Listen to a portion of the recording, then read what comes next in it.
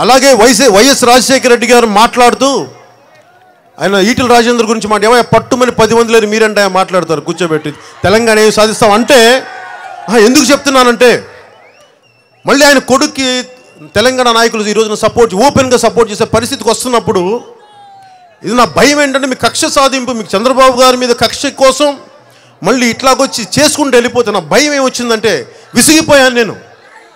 ఈ వ్యవస్థను వాడుకొని మన అభివృద్ధికి దూరం పెట్టేస్తే ఇది నా భయం వేస్తూ ఉంటుంది. నేను ఎందుకు తెలుగుదేశం పార్టీకి తీసుకోలేక నాకు తెలివితేటలు లేక లేదంటే సత్తా లేక దమ్ము లేక ధైర్యం లేక తెగింపు లేక ఇవేమీ తక్కువయ్యో లేక కాదు. ఎవరు పార్టీ పెట్టినప్పుడు మీరు చూడండి చంద్రబాబు గారు ఎప్పుడు ఒక వెన్నుపోటు పెడిచి వచ్చారంటారు, మామగారిని వెన్నుపోటు పెడిచి వచ్చారంటారు. అది ఎప్పుడు అది ఎందుకంటే నిలబడిపోద్ది ఎప్పుడు భావి తరాల వరకు. ఈ రోజున జగన్మోహన్ రెడ్డి గారు ఏదైనా మాట్లాడితే 1,00,000 కోట్లు తిన్నా నువ్వేంటి ఆయన మాట్లాడతామని తెలుగుదేశం నాయకులు వీళ్ళు మీరు కూర్చోబెట్టి మీరు 1,50,000 కోట్లు తిన్నారని చెప్పి ఇలా మాట్లాడితే అవినీతి పునాదుల మీద లేదంటే వెన్నుపోటు రాజకీయాల మీద మీరు పునాదుల మీద పార్టీలు పెడితే మనం ఎప్పటికీ అది వెంటాడుతూనే ఉంటుంది తప్పు. నేను ఎలా మాట్లాడాలి? నేను మాటలతో చెప్తే కుదరదు, చేతలతో చెప్పాలి. చాలా ప్రతికూల పరిస్థితుల్లో ఒక మాట మాట్లాడితే యూపీఏ కేంద్ర ప్రభుత్వానికి కోపం వచ్చే పరిస్థితులు, నేను సత్యం మాట్లాడితే తెలంగాణ నాయకులు కోపం వచ్చే పరిస్థితులు, అప్పటికి ఇలాంటి నా ఫామ్ హౌస్ ఉంటే నా మీద అప్పటికే దాడి చేసిన పరిస్థితులు. వీటన్నిటి మధ్యలో నేను పార్టీ ఎందుకు పెట్టానంటే ఇందులో తెలంగాణ నాయకులకి కానీ ఆంధ్ర ప్రాంత నాయకులు కానీ ఒకటే చెప్పండి, దీంట్లో ప్రజల ఎక్కడ పాత్ర లేదు.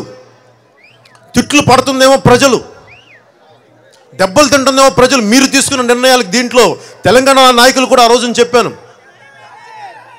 వామపక్షాల నాయకులకి ప్రజా సంఘాల వాళ్ళకు కూడా చెప్పాను, ఇందులో ప్రజల పాత్ర ఎక్కడుంది. మీరు చేస్తే ఆంధ్ర ప్రాంత నాయకులను అనండి, చేసిన వాళ్ళని, ప్రజలను అనకండి. ఆంధ్రులు అనేది అందరినీ కలిపి కట్టుగా ఒక మాటలు మాట్లాడకండి అని చెప్పి ఆ విసుగుతో ఎందుకు నేను మీ పక్షం తీసుకున్నాను, మన పక్షం తీసుకున్నాను, మన ప్రజల పక్షం తీసుకున్నాను, ఏ ఒక్క నాయకుల పక్షం తీసుకోవాలి. అందుకండగా నేను విసిగిపోయి దమ్ముగా మాట్లాడేవాడు ఒకడు కావాలి రాజకీయాల్లో, నీతిగా సత్యంతో మాట్లాడేవాడు ఒకడు కావాలి రాజకీయాల్లో, ప్రజల ఆకాంక్షని మాట్లాడగలిగేవాడు ఒకడు కావాలి రాజకీయాల్లో.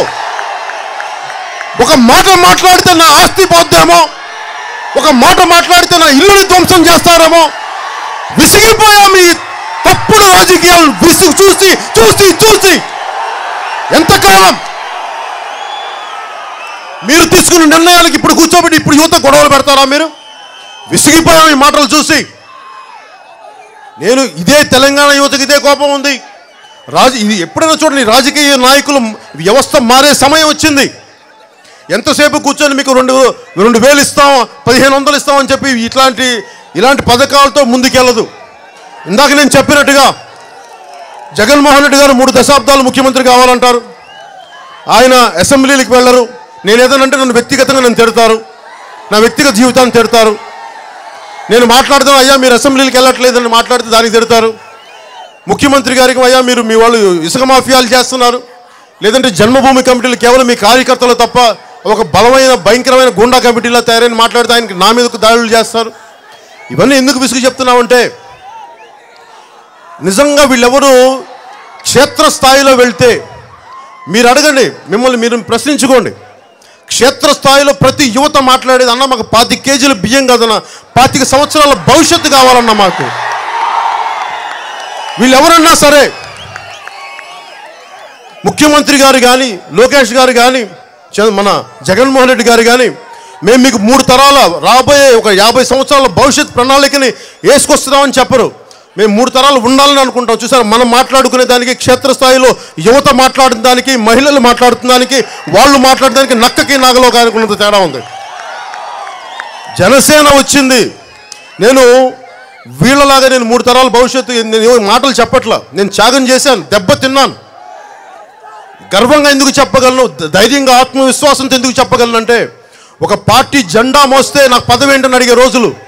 అలాంటిది నా సర్వస్వం సినిమాలు, 20 కోట్ల ట్యాక్స్ కట్టి వదిలేసి నేను సినిమా వాళ్ళకి జనసేన పార్టీ పెట్టి ఒకవేళ ఓటమి కానీ వచ్చిండుంటే నన్ను రాజకీయాల్లో మీరు తెలుసు కదా, చిన్నపాటి జన్మభూమి కమిటీలో కార్యకర్తల్ని నువ్వు వేరే పార్టీలు తిరిగావని చెప్పి హింస పడతారు. అలాంటిది నా స్థాయి వ్యక్తిని అందరూ కలిసి ఏ విధంగా నన్ను దెబ్బ కొట్టేవాళ్ళు మీరు ఊహించుకోండి. కానీ ఎందుకు చేశాను ఇంత ఎక్సెప్షనల్ రిస్క్ అంటే, మారాలి రాజకీయ వ్యవస్థ, అవినీతి వ్యవస్థ మారాలి, నిలబడాలి. ఉంటే ఉంటాం, పోతే పోతాం.